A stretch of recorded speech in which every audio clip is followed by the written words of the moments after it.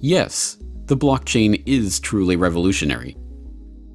Yes, Bitcoin is Tulip Mania 2.0. Yes, cryptocurrency is a nail in the coffin of the bankster parasites. Yes, digital currency is a tool of the totalitarian tyrants.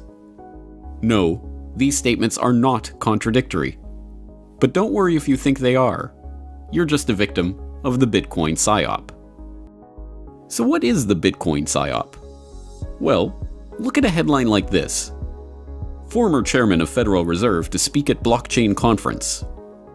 If you immediately think, aha, I knew it! The Fed is behind this Bitcoin nonsense after all, then you might want to stop and contemplate this headline from 2 years ago. Ben Bernanke, Bitcoin has serious problems. Do you think there's some kind of contradiction here? Or do you think that Bernanke has flip-flopped on the issue? Or do you suspect that Bernanke was always secretly behind Bitcoin but couldn't admit it until now? If so, then you have fallen for an embarrassingly simple trick. That trick is to use the words Bitcoin and blockchain and cryptocurrency and digital currency interchangeably, as if they are all the same thing. They are not. Confused? Well, fear not. Our good friends at the Bank for International Settlements, the BIS, have written a handy-dandy article that explains everything to you in simple, everyday language. They've even illustrated that article with easy-to-understand infographics. Just kidding. Their unwieldy article on central bank cryptocurrencies is a predictably hot mess of monetary jargon and Venn diagrams that somehow make things look even more complicated than they sound. Now, to be fair, their proposed new taxonomy of money has real explanatory power, and the diagrams that result are genuinely insightful, but it hardly makes for light bedtime reading. So let's see if we can make it a little easier, shall we? A blockchain is a cryptographically secured ledger that can be permissionless and decentralized. The geeks in the crowd will appreciate the fact that the blockchain is a stupendously elegant solution to some incredibly complicated problems in the obscure recesses of arcane subjects like distributed computing and payment processing. But for the non-geeks, perhaps this will suffice. Some of the oldest documents ever discovered have been ledgers of one sort or another. Medical records, legal and business contracts, accounting ledgers. As long as there has been civilization, there has been the need for secure and accurate record-keeping of transactions and events. And since the birth of civilization, there has only been one way to keep those records. A system where a recognized central administrator stores, secures, and updates that ledger. Until now, that is. With the advent of the blockchain, an accurate ledger can now be maintained without a single central point where that information is stored, maintained, or updated. Registrars? Notaries? You might as well be talking about farriers and chimney sweeps. So how does it work? And what does it do? Mike Maloney, the filmmaker behind the popular Hidden Secrets of Money documentary series, describes it this way. The system that Bitcoin runs on is called blockchain. Think of it as a modern version of an old-fashioned bookkeeping ledger, but instead of a handwritten list of entries and calculations, a blockchain is a digital list of entries and calculations. A block is simply a bundle of transactions.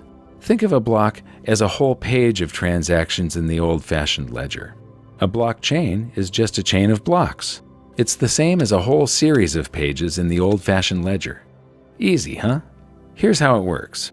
The Bitcoin blockchain actually exists in every one of the millions of computers on the network as exact copies of each other. However, for this example, so that we can zoom in and you can really see just how a blockchain works, I'm going to show it as one giant blockchain in the middle of a small network of computers. Let's follow a pizza transaction with Bitcoin. When the transaction occurs, it first appears on the network in a pool of unconfirmed transactions, along with thousands of others from all around the world. Millions of different computers from the network then gather some of these transactions and place them in their own blocks. The computers are all creating blocks constantly in the hope that theirs will be the next one added to the official chain. A new block is added to the chain every 10 minutes or so, when one of the computers wins the right to have its block recognized as the next in the chain and is rewarded with a prize of newly created bitcoins. The way a computer wins the prize is by trying to guess the answer to an extremely difficult math problem. In fact, the problem is so difficult that even with millions of computers making guesses billions or even trillions of times per second, it still takes roughly 10 minutes to find the answer. Once one of the computers guesses the correct answer and wins, all of the millions of computers on the network that did not win are instructed to throw away all the work they have done, update their ledgers with the block from the winning computer, and start again with a new math problem. In doing so, the computers use an immense amount of power and cost a literal fortune to run. So why do they do it?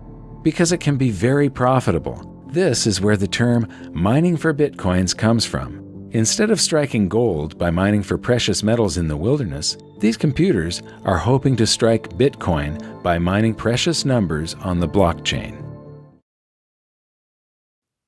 But talking about the blockchain is like talking about the printing press. Yes, it's revolutionary.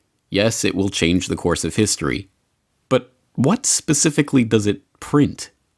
Well, whatever you want it to, of course. A papal bull or the 95 Theses, the 9/11 Commission Report or the Road to 9/11, a GMO cookbook or the Anarchist cookbook, colorful pieces of toilet paper or Federal Reserve notes, but I repeat myself. So what does the blockchain record? Well, whatever you want it to, of course. It can be used as a tool for creating smart contracts, or registering land ownership, or creating decentralized cryptocurrencies. This is where Bitcoin comes in. So what is Bitcoin? Bitcoin is a peer-to-peer cryptocurrency whose transactions are recorded in a public blockchain ledger. There are 3 things to note about this description of Bitcoin. First, Bitcoin is just one application of the blockchain ledger technology. They are not the same thing. Bitcoin is not blockchain. Blockchain is not Bitcoin. Bitcoin uses the blockchain innovation to run an electronic payment system. It's important to stress this point. Confusing these terms is a purposeful tactic that a lot of 21st century snake oil salesmen are using to sucker a public that sees the Bitcoin bubble and believes this is the next great investment opportunity. This baffle them with BS technique has been ridiculously effective in some cases. In one infamous example, the Long Island Iced Tea Corporation recently rebranded as the Long Blockchain Corporation.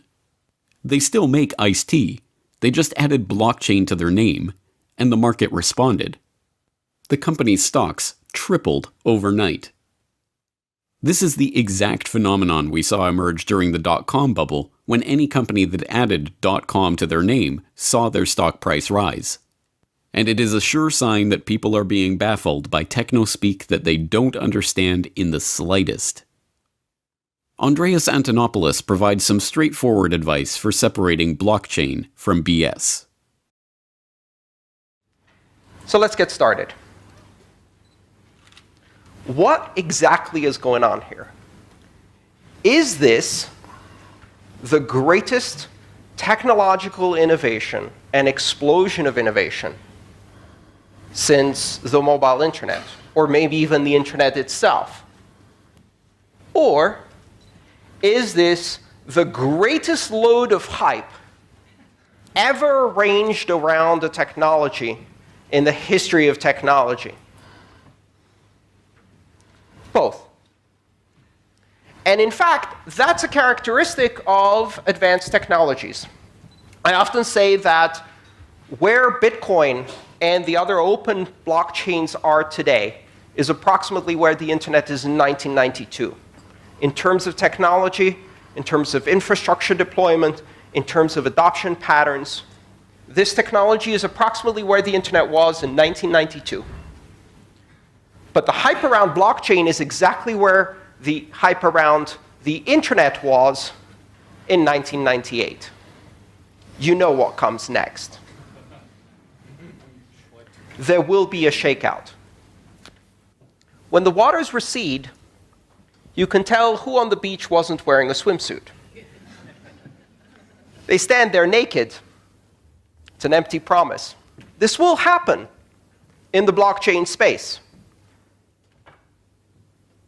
There is a lot of bullshit being peddled to VCs, to investors, to initial coin offering buyers, to uneducated investors.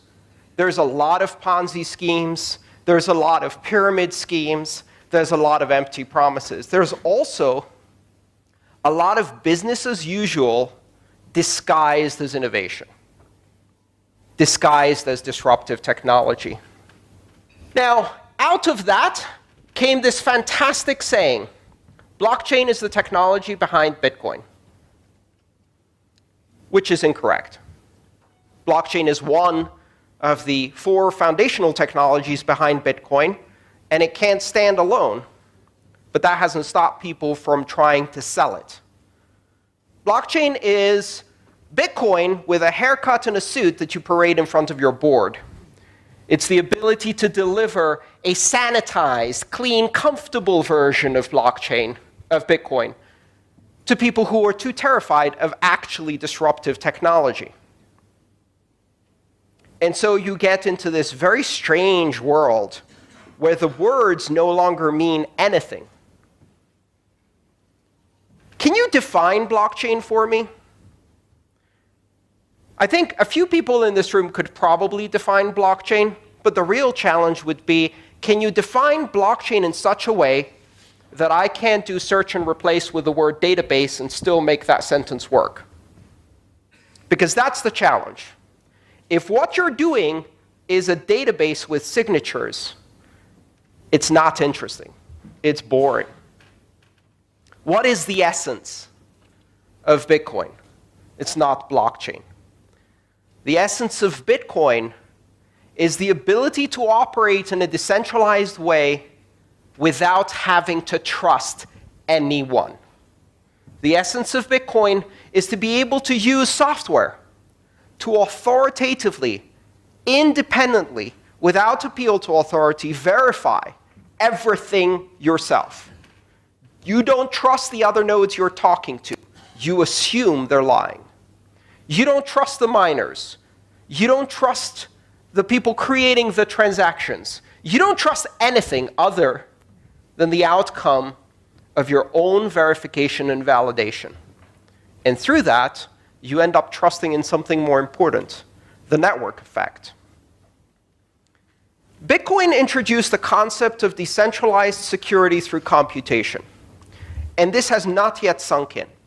What Bitcoin does is it allows you to replace a security model that is based around concentric circles of access and control with an institution in the center, with a security model that is inside out, open and accessible to everyone.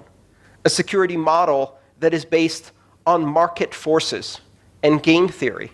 It is the first market-based security model, where a series of incentives and punishments ensure that the ultimate result is you can trust the platform itself as a neutral arbiter that is not controlled by anyone, without third parties, without intermediaries. Bitcoin revolutionizes trust. The second thing to note in our definition of Bitcoin is that it is a cryptocurrency. That means it uses cryptographic functions to secure and verify transactions on the network and to control the issuance of new units. Bitcoin conforms to a certain protocol, and that protocol defines the rules by which the Bitcoin network operates. You can tweak those rules and create similar but separate payment systems, each with its own qualities. These Bitcoin-like cryptocurrencies are called altcoins. Thirdly, Bitcoin uses a specific kind of blockchain ledger called a public or permissionless blockchain. This means anyone can join the network and contribute to the maintenance of the ledger, mining in the Bitcoin parlance. There is another kind of blockchain called a private or permissioned blockchain that requires nodes to be invited to join the network or otherwise given permission to participate in maintaining the ledger. And as a further level of analysis, it should be noted that all cryptocurrencies are digital currencies, but not all digital currencies are cryptocurrencies. Oh, and then there's virtual currencies, which are technically speaking another thing altogether. Okay, this is starting to get confusing, isn't it? This is about the point where we'd need to bust out the Venn diagrams and start coloring the overlapping parts, right? Well, if you followed all of this, good for you. If not, don't sweat it. The point for today is simply to recognize that there are a lot of separate but related concepts here, and to talk about them as if they are all just one big monolithic thing is not just unhelpful, but purposefully misleading. So, with all of this in mind, let's look at those Bernanke headlines again. Former chairman of Federal Reserve to speak at blockchain conference.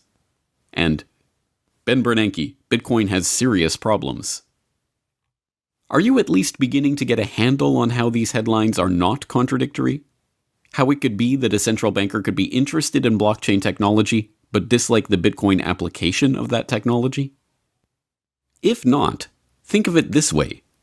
The same DVD player that can play Century of Enslavement can also play The Federal Reserve and You. The same printing press that can print Crossfire, the plot that killed Kennedy, can also be used to print the Warren Commission report. The same web browser that can take you to CorbettReport.com can also take you to NYTimes.com. And no, I'm not recommending that you go there.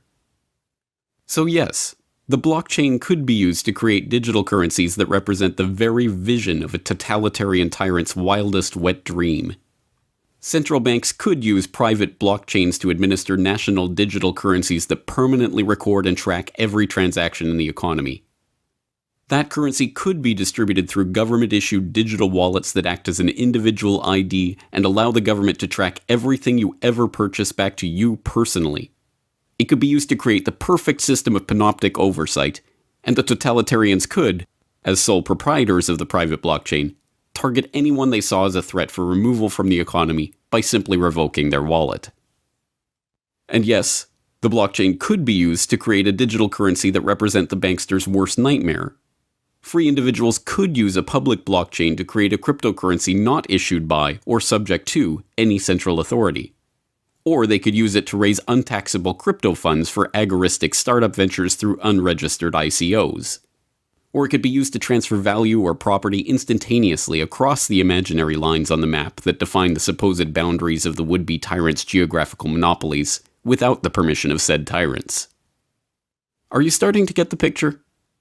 A gun can be used by a jackbooted minion of the police state to murder you and your family, or it can be used by you to defend yourself and your family. It is a tool, just like the blockchain, and can be used for good or for ill. So, what I'd like to equip you with is a set of criteria to understand when you are being presented with something, perhaps to invest, or to be employed, or to engage in some way. And it calls itself a blockchain, or a distributed ledger, or one of these other names that are coming out. How can you tell? Blockchain or bull? They both start with a B. What's the difference? If you can replace the word blockchain with database and the brochure reads the same, it's business as usual. It's not decentralized. It's not borderless, neutral, censorship resistant, open. It reestablishes trust in intermediaries. It's just a database. And that is not disruptive. The idea that we're going to take this technology and use it to improve the operating margins of centralized institutions of trust so that they can continue business as usual, I'd say it's abhorrent, but that's a strong word. It's just boring. Really, really boring. No one got into this in order to make a few billions for a financial services clearinghouse. And if you did, I'm really sorry. That's boring. What's really exciting is the possibility of fundamentally changing the way we allocate trust on this planet, opening up the ability to collaborate, transact, engage on a global level with everyone. Simply by means of downloading an application, you can become part of a giant platform of trust that doesn't care who you are or where you came from, that doesn't require permission to participate or innovate, where a 12-year-old JavaScript programmer has the same influence as power as JP Morgan Chase. More, in fact, because they're doing open source and feeding into a community of collaboration that is creating a tsunami of innovation. Taking this technology and using it to strengthen the same centralized institutions so that they can improve their bottom line is boring. That is not what blockchain is. That's just a database. And it doesn't change anything. In fact, there are some rather disturbing possibilities in this model. Let's think about it for a second. The most commonly expressed application for these new distributed ledger technologies is to replace the function of a centralized clearinghouse with a consortium of n participants, where n is 2, 3, 4, 5, 10, known, permissioned, controlled participants who will assemble transactions and sign them rather than compete through market forces in a security model like Bitcoin. We discard currency as the underlying mechanism for building market-based security. We discard proof of work as wasteful because all it allows you to do is decentralized, secure, neutral, censorship-resistant blockchain. And we trust 5 named parties to sign transactions. At that point, they don't need to assemble these transactions in blocks. They can just sign the individual transactions. They don't need to chain them together, because absent proof of work and a system of currency incentives, rewriting that is easy. There's no immutability. So it's not a blockchain anymore, because there's no blocks and there's no chain. Now, that's at a technical level. But let's look at the more important level. What do you achieve by replacing a clearinghouse with a consortium of players? You know, there's something unique a clearinghouse does. If you understand the role of a clearinghouse, one of its most important functions is that it is not a participant in the market. It has no skin in the game.